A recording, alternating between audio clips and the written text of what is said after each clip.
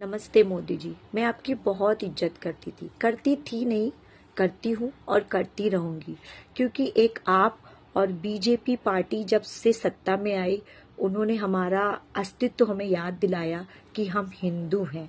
और आप ही कहते हैं बटेंगे तो कटेंगे, सबका साथ सबका विकास। फिर अभी क्या हो गया?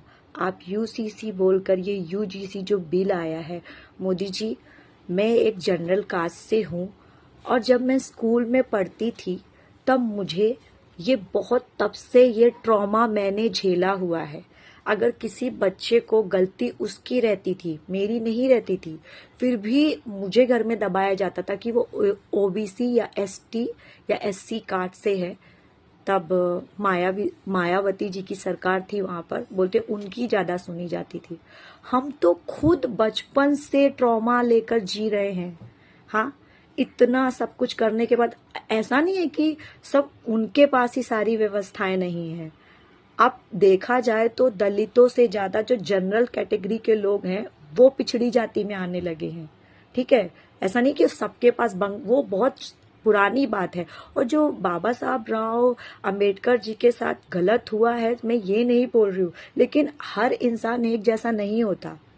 बाबा साहब अंबेडकर को पढ़ाने लिखाने से लेके बाहर भेजने तक ब्राह्मण ने ही उनका साथ दिया है।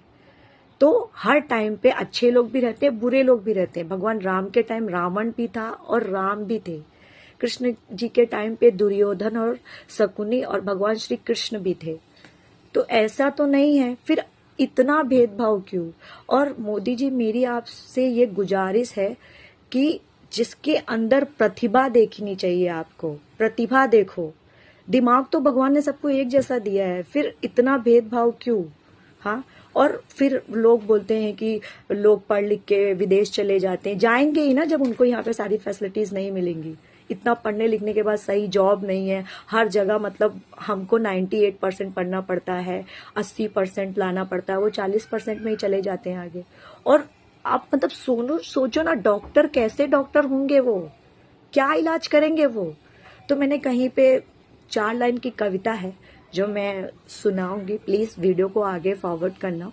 4 साल डिग्री कमाकर भी बर्बाद हो गया, जनरल कास्ट में जन्म लेना अब अपराध हो गया। गरीब बाप के एक बेटे को संविधान ने तोड़ दिया, ऊंची जात का ठप्पा लगाकर आरक्षण ने निचोड़ दिया। पढ़ाई लिखाई के खर्चे से पिता को कर्जा मार गया, 80% लेकर बेटा 40% से हार गया।